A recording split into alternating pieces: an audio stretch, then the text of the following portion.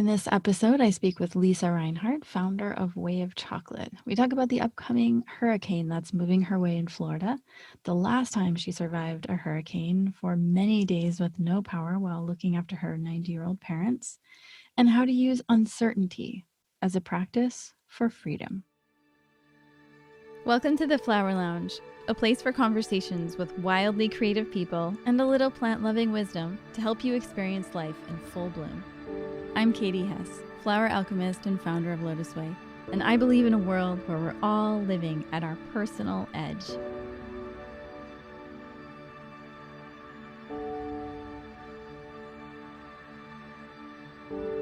Welcome to this week's episode. I am super stoked to have on a guest that we've had on our podcast before, and that is somebody who's really near to me, one of my best friends, Lisa Reinhardt. She's joining us again from Florida, and if you've never heard of Lisa before, she runs our sister company. She owns and founded our sister company called Wei of Chocolate, and you can find more about her and meditating on chocolate at Wei, WEI, of chocolate.com.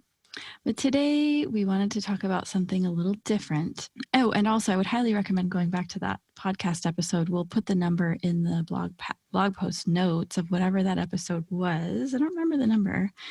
We had some really interesting conversations. And also, besides being a chocolate maker, Lisa spent over a decade in Asia. She did a retreat in a cave all by herself and has a fascinating past history living in the Himalayas and the Far East. And we talked about a lot of things in the other podcast episodes. So we'll put that in the blog notes. But today we wanted to talk about something really fun. And that was uncertainty. Thanks for being with us. Hi, Katie. Great to be here. Yes. So I'm really happy that you proposed this as a topic because I think it's something that all of us face in our lives, all the time. I know. Isn't that funny? Because it's one of those funny things. It's like we spend our whole lives trying to make things not uncertain.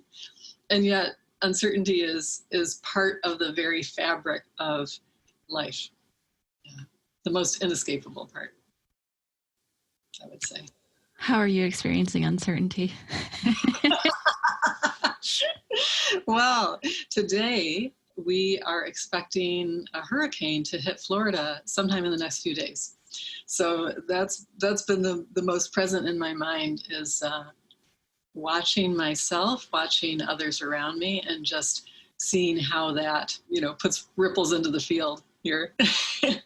Wow. Yeah, definitely. Nothing like a natural disaster to throw you off course and make you feel like you have no control over anything. And it changes up the priorities.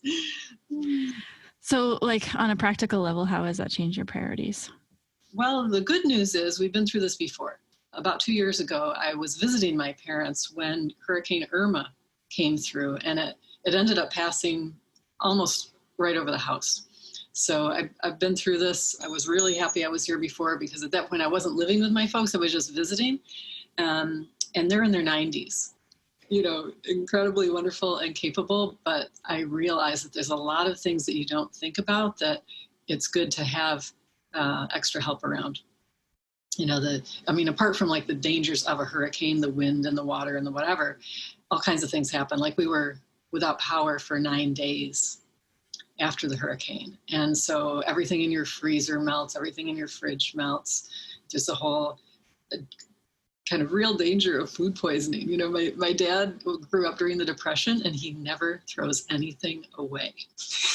And so it was against every fiber of his being to actually throw things out when we couldn't keep them cold any longer.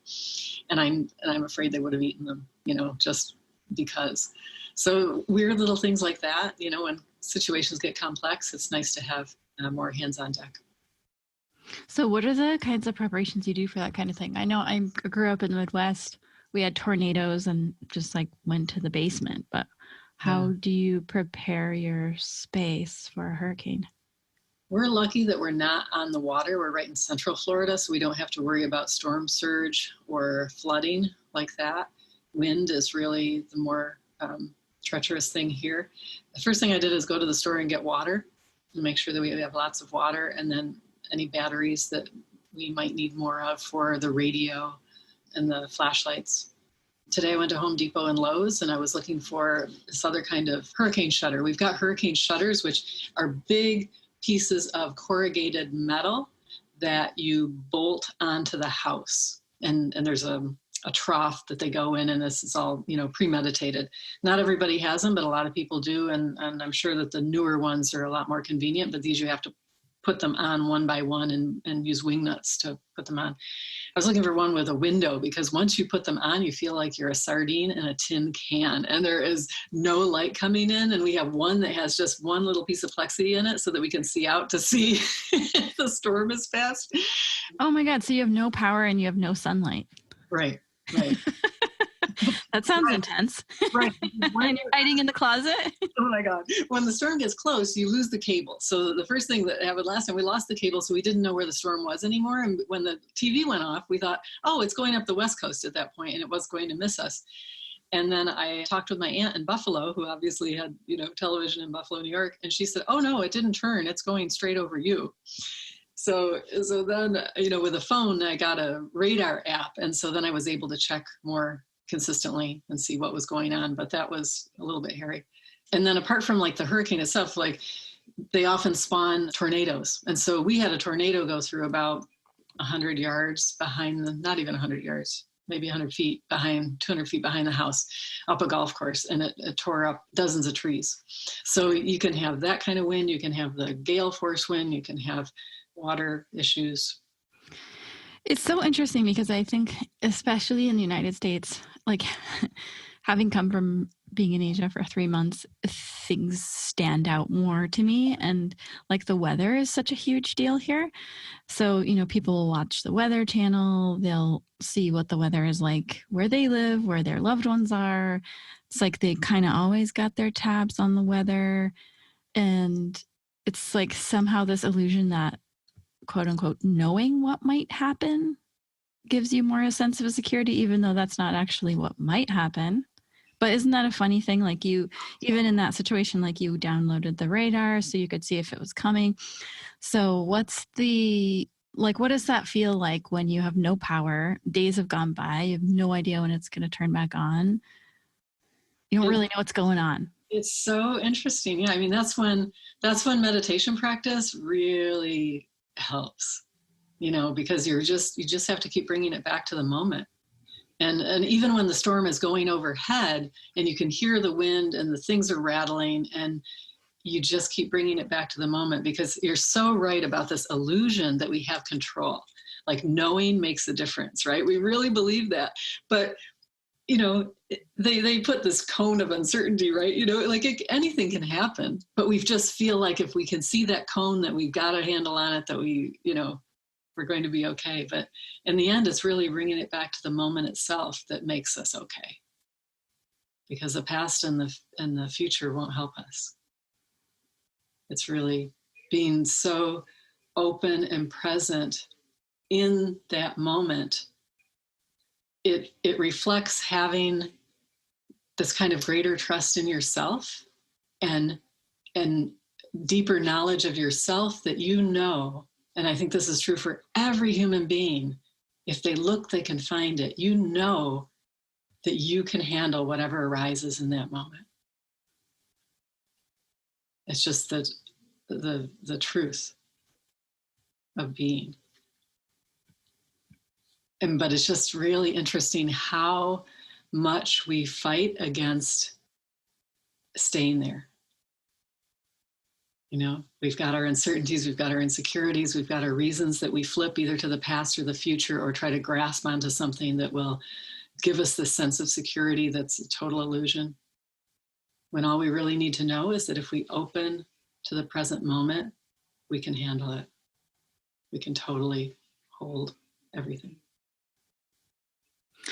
Yeah, I mean, I guess because like coming out of times where I was traveling and being in places where I didn't understand the language, like in Taiwan, not being able to communicate with people, getting lost, being, I don't even know if you knew about this. Did you know about the time where we maybe didn't even tell you.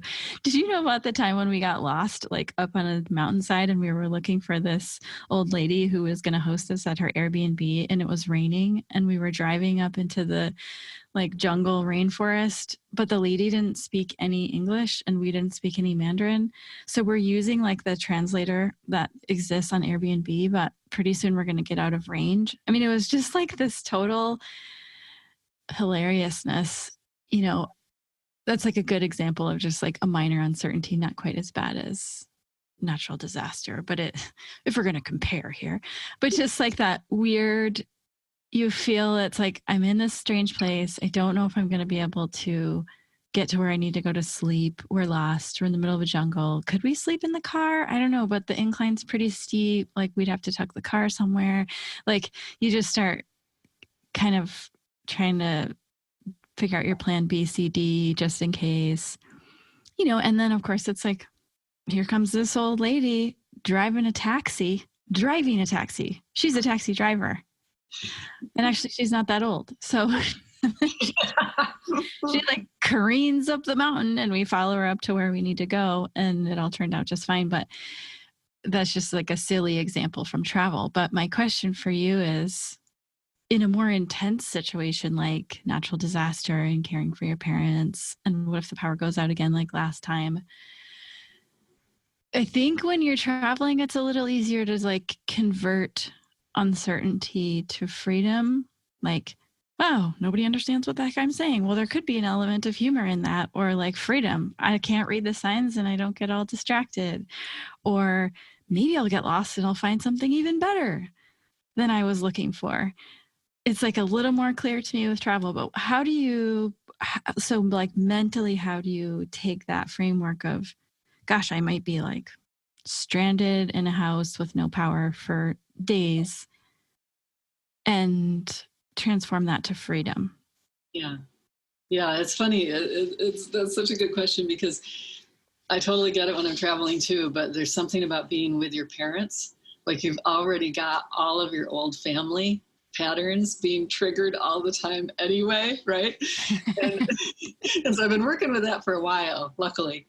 And I've gotten to the point now where it's like, oh, cool. When things get really difficult, it's finally like, it's that, I get it now when they say that, you know, challenges are your friends, or when things go wrong, you know, that's your friend, because it's going to bring up that thing that, because, okay, back up a little bit, like my biggest motivation and reason I feel, you know, personal reason for being here is that I want to wake up. I just want to wake up to the fullest extent possible. And in order what do you mean by wake up? Well, like, I mean, historically, there have been people who've done it, you know, on a big scale. You know, people who've attained enlightenment, who have transformed their entire lives and expression into just the pinnacle of human experience. What's a little thing, hint, clue, indicator to you that you would be getting a little closer to that? Just to bring it on like a practical everyday level for people whose first priority isn't to quote unquote wake up. Right. Well, I mean, for me, I can see it through the spaciousness that I get. Like there's a sense of perspective that I get from doing whatever kind of meditation practice that I'm doing, where instead of being instantly sucked into a situation, like instantly triggered, say, by a family dynamic, first tip is that you can actually see it happening. You notice it as it's happening. You may not be able to avoid it the first time, but you can see it, you know, and then as you work with it, you tend to get more and more perspective. And then there tends to enter this sense of humor into the situation, you know, like you're talking about traveling. It's like, because you can see it arising, and because you have this commitment to actually unravel it, that unless it arises, I don't get the chance to unravel it. So there's that element of gratitude, like, oh, thank you, which sometimes isn't the first thought. Right? You know, oh shoot, I don't want to go through this again. But you know, hopefully you can get yourself to that sense of like, oh cool, I'm experiencing this. Let's see what I can understand, unravel, let's see where I can turn to myself with compassion. I think that is the biggest challenge it's one of the biggest challenges I had. And I hear it all the time, is that it's easy for us to have compassion for others. Most people who have some kind of practice have developed that to some kind of degree. And I always imagined it like this beacon of light coming out from my heart and just bathing everybody else in this compassion. But not including yourself. No, I wasn't even, no way. I'm not part of the equation. And then, suddenly at some point it was pointed out to me, it's like, there's a glitch in this system. Unless you include yourself, you don't really have full capacity. And so then it's like, oh shoot, that one is really rusty. Like I don't have a lot of fluency in that. And so continually turning it back on yourself and finding that part that's suffering and giving that part the understanding and compassion, and just, it's kind of like turning back to yourself and giving yourself a little hug. That's the sense I have mentally, because I would treat other people that way. Why wouldn't I treat myself that way? And in doing that, it begins this process of easing and unraveling, and wow, it's been an interesting progression. Okay. So that's waking up. Waking up. Yeah. And that's your prayer. So then you get confronted with these things that, sometimes get increasingly intense, and it will bring out the more and more subtle bits that are actually holding you back. So when you find that point of irritation, say, or frustration, it's almost a cause for rejoicing, because it's like, oh, cool, I found one. I've got something to work with here. Let's see where this will go. Let's see what we can unravel. Let's see what hidden treasure has actually been covered up by this knot. That if we can untie this knot, it's like, oh, wow, we got more creative energy here. We've got more joy here. We've got more love here that had been constricted by that knot. That sounds pretty great. I'm sold.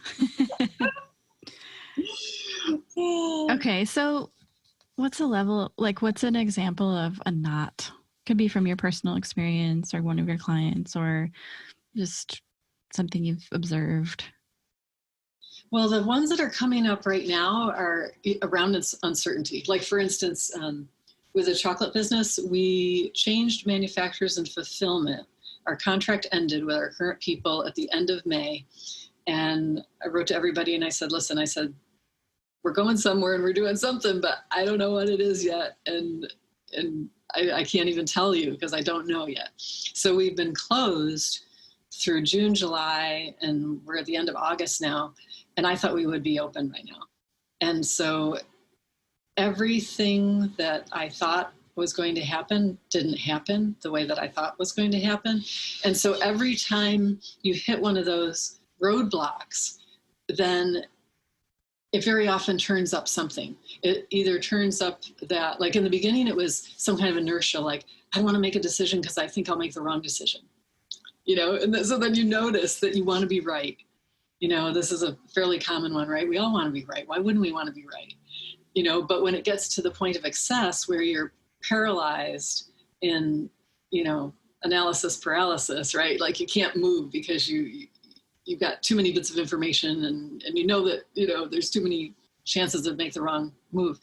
That's a good example. Like I had to work through that one big time.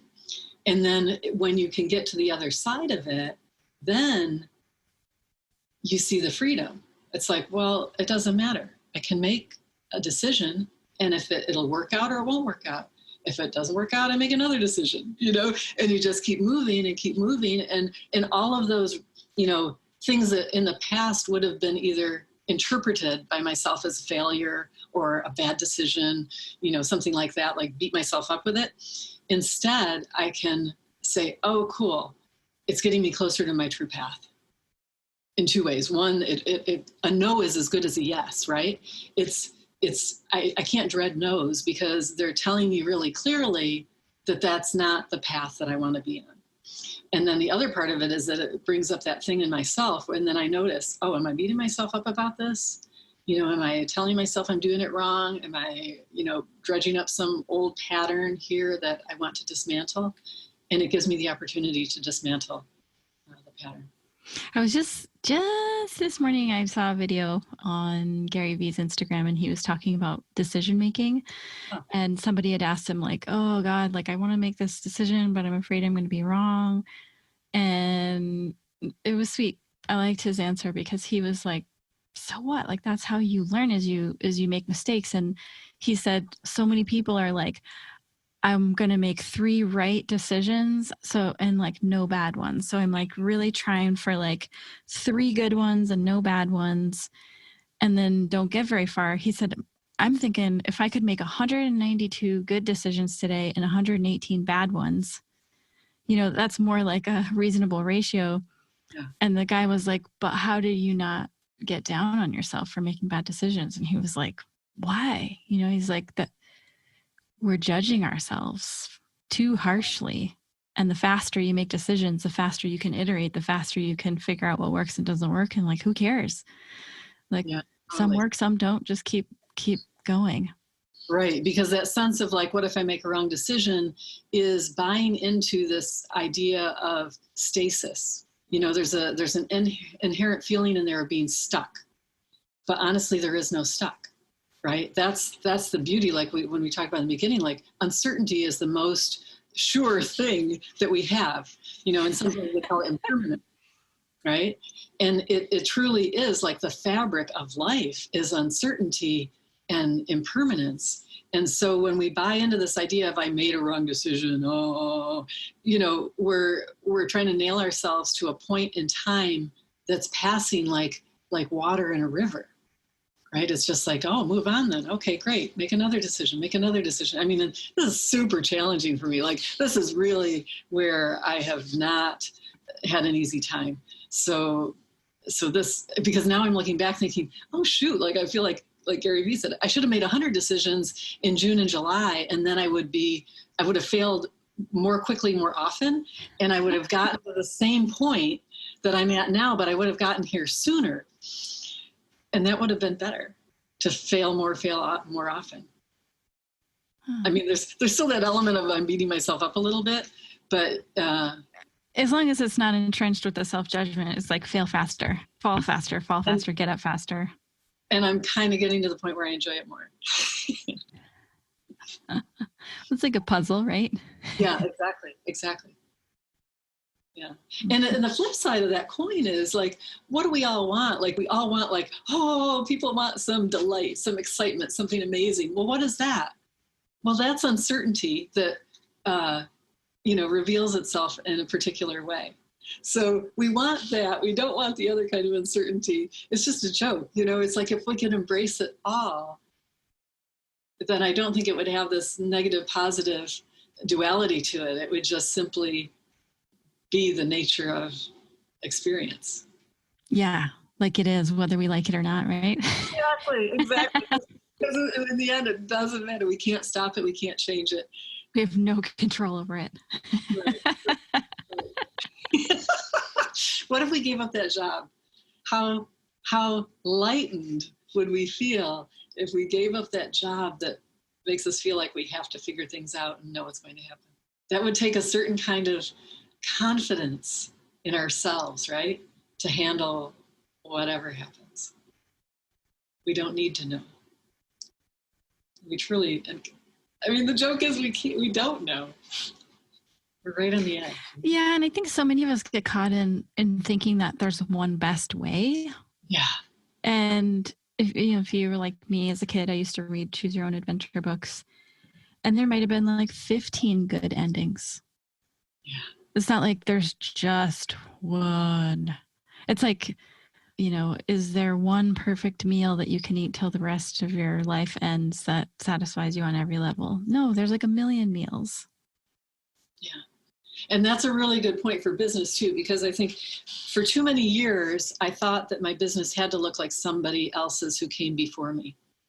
a way to get there, that if only I could find that program or do it in that way, then it would guarantee me success, or I would have, it would turn out the way I wanted it, whatever that was, which I probably couldn't even tell you at the time. and now that I've realized, it's like, oh my God, no, like that is the beauty of business, is that it is that freedom, that empty canvas, that your business is your creation, truly. And especially now as I get older and I look at the choices that I have, I say, well, how do I want to live my life? Because that's only success if you want to live your life in that particular way. But I want to live my life, like right now I'm living with my parents, right? They're in their 90s. They need some support. And so the perfect job to me is one where I have the flexibility to be able to support them in the way that they need during this time. And that's very different from, maybe any program that I could pick up on how to run your business. You've been staying with your parents for almost a year now? It's over a year. Yeah.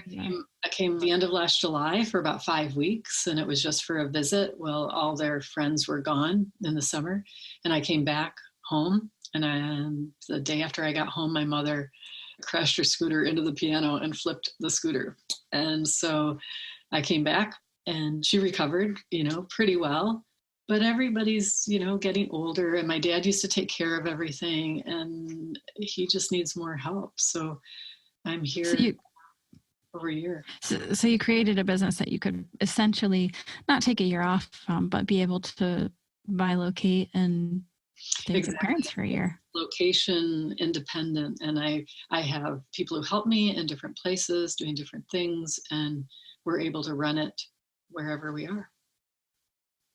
That's pretty great. You can pat yourself on the back for that. Yeah.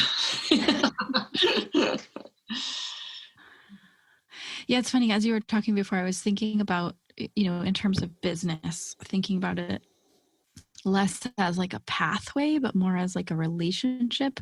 So if you think about like one of your favorite people in the world and the relationship that you have with them, it's like there isn't a path, right? There isn't a goal, right? Unless you're like 18 and you're trying to get her in the sack. But it's like there's no goal. It's just a beautiful relationship that matures and evolves and expands and shifts and changes dynamically over time. But ultimately, it's like the same kind of buoyant relationship.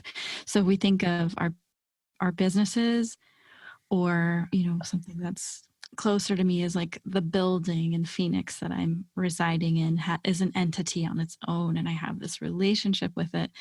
And so rather than think like there is one pathway, and if I could just figure out what that one pathway is, it's more like, well, what does the entity of the building want?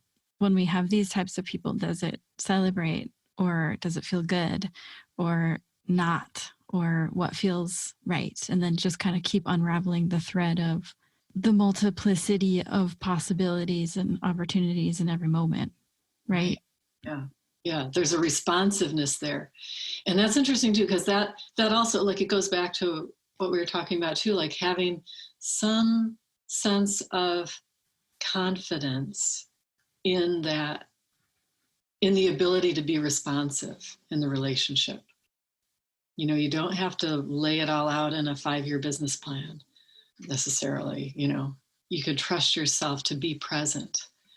And wow, I think that's one reason why like meditation practice is so pivotal, so valuable, and when I say practice, it can be 5 minutes a day. It definitely starts at 5 minutes a day. But the consistency of it is what gives you that introduction to that part of yourself that is able to be present and to know itself and allow. No matter what happens, pleasant or unpleasant. Right. Yeah, it's like it would seem like if we use meditation as a method to enhance our capacity to be a container for bigness, that can be big problems like no fulfillment center, or so-and-so quit and they have like, I put so much into them, I don't know how I will replace them, or the building burned down in a fire. To bigness of opportunity. Whoa, we just got this big break. It's almost like the same container of bigness, whether it's big, delightful, or big, disastrous. Right, right. Well, those are all relative too, how you interpret it. It could be the same event, but seen from a different point of view. It can be positive, seemingly positive or negative. So you have a really wonderful handle on resting in the spaciousness of uncertainty. When you're spending time with folks who maybe aren't as practiced as you, what kind of things do you offer? Like, is it humor, or is it, because I know your mom is like, that's like her worst nightmare is natural disasters and storms, right? Oh yeah, she's got a total weather phobia. Yeah. So how do you either transmit or share or just sort of inspire? Yeah. Well, I mean, part of it is vibrational, right? It's like, I mean, the first thing is if you can remember to be in your own space of spaciousness. You know, number one is always come back to it yourself, because there is this thing that happens. I mean, here I am talking to you, the flower whisperer, you know the power of nature, you know the vibration of every different thing. And so we can be one of those things that is vibrating in that environment. And so by being in our own place of, you know, spaciousness, peace, rest, whatever it is, it definitely influences the people around us. And when they start doing their thing and we get triggered, because I know I do, then it allows me to diffuse my own situation faster, you know, rather than throw fuel on the fire. But humor helps a lot. Yeah, I try to get my mom to laugh. You know, I sing silly songs and, you know, do whatever I can to just surprise her. Yeah, that's funny because like we kind of keep bouncing into business, and as you're talking, I'm thinking about Ian in Canada, who also was on a previous podcast episode. If any of you remember the crazy British accent businessman from Canada, who's also a friend of Lisa's. He uses humor so skillfully in his business. Like he'll use humor in negotiations just to get what he wants, but he sincerely does want what's best for everyone. But he'll, you know, come in with these like zingy one-liners and walk out with like the best deal ever constantly. Humor is such a great expression. Yeah. It frees things up and it breaks up. You know, it's kind of like going back to the idea where we talked about where people feel stuck when they make a bad decision. And sometimes these situations where everybody's rooting into their neuroses can feel pretty stuck. And there's a beauty in not only thinking outside the box, but it's like there is no box. Suddenly there is no box. Like if there's certain people who have that kind of talent that can change the frame so, you know, beautifully that it's like pulling the rug out from somebody and they can't fall back into their neuroses. That's an aspiration anyway. It's like laughter breaking an eggshell or something. You do that pretty well, I'd say. That's an aspiration, like I say. I don't know. We'll see. Talk to me next week. Okay, so hurricane's coming when? Saturday? No, it's slowing down. So maybe Monday, Tuesday now. Yeah, and today's Thursday, so we're quite a few days out. Big one, little one? Are people everywhere buying water? Yeah, the gas station was out of gas when I came through, because there's things you need to know. Like you need to fill your car up with gas, not only to evacuate, because here it's not really about evacuation, but you can charge your phone in the car, for one thing. Oh. You know, like there's reasons to have a full tank of gas, but the gas station was no gas. I went and got water yesterday, but I saw stuff on TV like all the shelves are bare already. Wow. And I went to Home Depot, which was really a lot calmer than I thought it'd be. But then they told me that, all the generators have been sold out and they're expecting a tractor trailer full and, you know, at some point soon. Were you going to go buy a generator? No, last time I thought about how it would be to have a generator, but then you need gas. to run the generator. And then you need, containers to hold the gas in. And then it's a little like, I don't like having a lot of things of gas sitting around in the garage.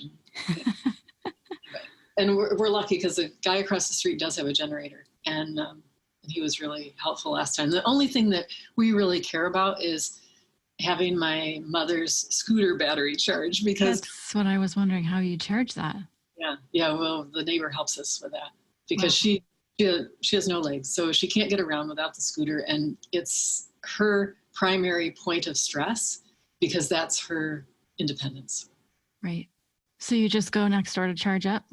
Yeah. Well, that's sweet. Yeah. That's neighborly kindness. He's an ex-fireman, that is really kind-hearted. Oh, sweet.